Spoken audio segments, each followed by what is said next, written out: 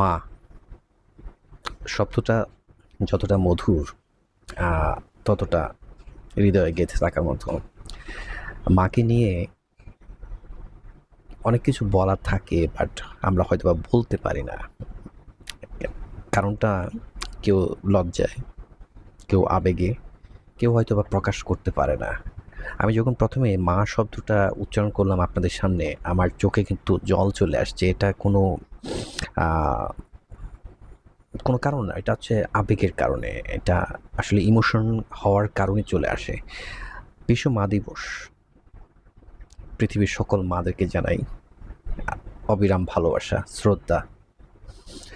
আ আসলে মা দিবস, বাবা দিবস একটা নির্দিষ্ট দিনে পালন করা হয়। বাট আমার মনে হয় প্রতিটা দিনই তাদেরকে শ্রদ্ধার সাথে স্মরণ করা, তাদেরকে শ্রদ্ধা দিয়ে আপন করে নেওয়া, তাদের কথা শোনা, তাদের অবাধ্য না হওয়া, তাদেরকে যতটুকু সম্মান দেয়া যেতে পারে ততটুকু দেওয়া।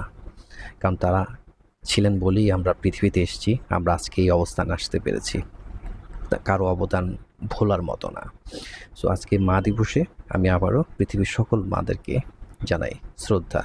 যাদের মা আছেন তারা অবশ্যই সৌভাগ্যবান, সৌভাগ্যবতী। আর যাদের মা পৃথিবীতে বেঁচে নেই, তারা জানেন তারা তারা আজকে কতটা মিস করছেন। সো তাদের প্রতিও আমার সমবেদনা রইল। তারা যেখানে থাকুক না কেন, ভালো থাকুক। আচ্ছা, আমি খুব বেশি একটা কথা বলব না। আ শুধু এতটুকু বলবো যে গতকালকে আ রকস্টার সিনেমার পরিচালক আজমান রুশো জাস্ট একটা ওয়ার্ড লিখেছেন, পিরিতি। এটা নিয়ে সবাই আমরা উৎসাহ উদ্দীপনা নিয়ে অপেক্ষা করছি আসলে পিরিতি কি হতে যাচ্ছে। সো সবাই যেটা চর্চা করছেন সেটার সারসংক্ষেপ হলো পিরিতি রকস্টার সিনেমার কোনো একটা গানের কথা। সেই গানটা কেউ ক্লেম করছে আগামীকাল ১১ মে সন্ধ্যা ৭টায় আসতে পারে। যদিও জাহিদ নীরব ভাই বা আজমান রুশো বা সান মোশন পিকচার্স থেকে এমন কোনো ডিক্লারেশন আসেনি এখন পর্যন্ত, শুধুমাত্র পিরিতি লিখে রেখেছে। সো প্রমোশনটা দিয়ে একটু মানে একটা কথা দিয়ে একটা কিছু দিয়ে একটা হাইপ তুলে রাখার যেই আকাঙ্ক্ষা, এটা তারা পালসটা বুঝতে পেরেছে বলেই সেটা করেছেন। It's a good trick. তবে আমরা প্রত্যাশা করছি নিশ্চয়ই কোনো একটা গান আসতে যাচ্ছে পিরিতি টাইটেল নিয়ে। এবং আমরা জানি যে প্রথম একটা গান আমাদের এখানে এই রকস্টার টিমে গান কয়েকজন করেছেন। তার মধ্যে অন্যতম হচ্ছেন আমাদের পান্থ কানাই দাদা। সো কেন জানি মনে হচ্ছে পান্থ কানাই দাদা ওখানে একটা গুরুত্বপূর্ণ একটা রোল প্লে করেছেন আমরা জানি। তো ওখানে উনার গুরু আ রোল প্লে করেছেন if I am not wrong. So হয়তোবা তারই কোনো একটা গান আসতে যাচ্ছে। যদি আসে তো অবশ্যই, কারণ পান্থ কানাইদা যে ভরাট কণ্ঠ সেটা আসলেই দারুণ হবে এবং সেটা শোনার অপেক্ষায় রইলাম।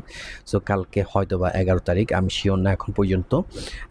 সো যদি গানটা আসে ১১ তারিখ হয়তোবা প্রীতি নামের গান আসতে যাচ্ছে এবং সেটা সম্ভবত পান্থ কানাই দাদা ভোকাল দিয়েছেন, যদি আমি ভুল না করে থাকি। আর যদি ভুল করে থাকি সেটা অবশ্যই আপনারা সময় এলেই বুঝতে পারবেন। কারণ আমরা তো অ্যাজাম্পশন করি। এখন পর্যন্ত কোনো ডিক্লারেশন বা অফিসিয়াল স্টেটমেন্ট না পেলে তো আমরা বলতে পারি না। আমরা ধারণার বশত অনেক কিছুই বলে থাকি, আমরা যারা কনটেন্ট করে থাকি।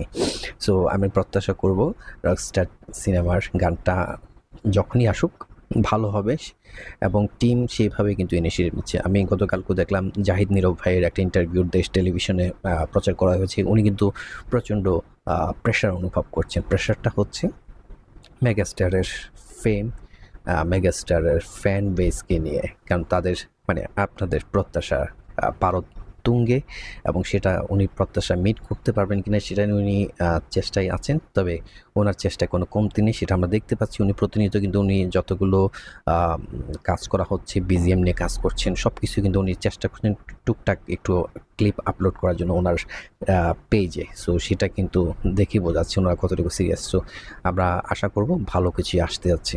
আপনাদের মতামতটা অবশ্যই জানাবেন। আবারও মা দিবসে সকল মাদেরকে শ্রদ্ধা জানিয়ে আমার ভিডিওর আজকে এখানে শেষ করছি। সবাই ভালো থাকবেন। আল্লাহ হাফিজ।